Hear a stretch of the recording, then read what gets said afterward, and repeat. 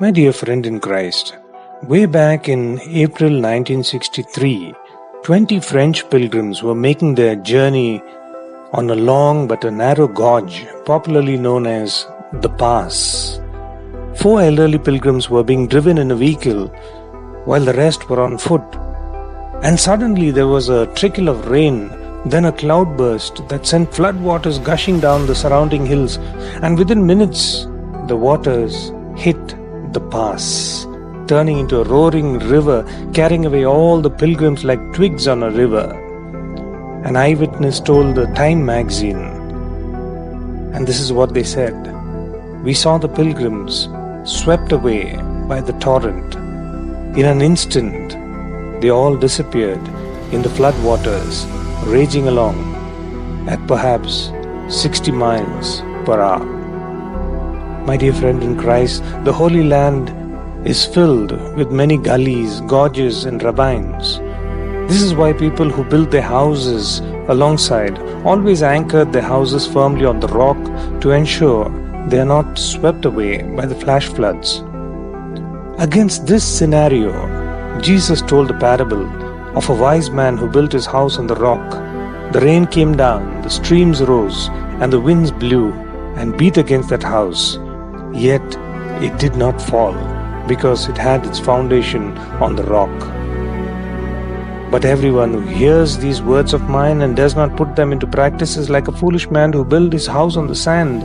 The rain came down, the streams rose, and the winds blew and beat against that house, and it fell with a great crash. This is the Gospel of Matthew, chapter 7, verse 24 to 27.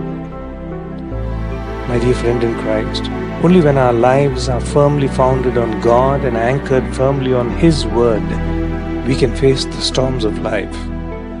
Those who merely listen to the scriptures and not put them into practice can be compared to the man who built his house upon the sand. But those who anchor on the rock experience blessings like those promised in the book of Deuteronomy.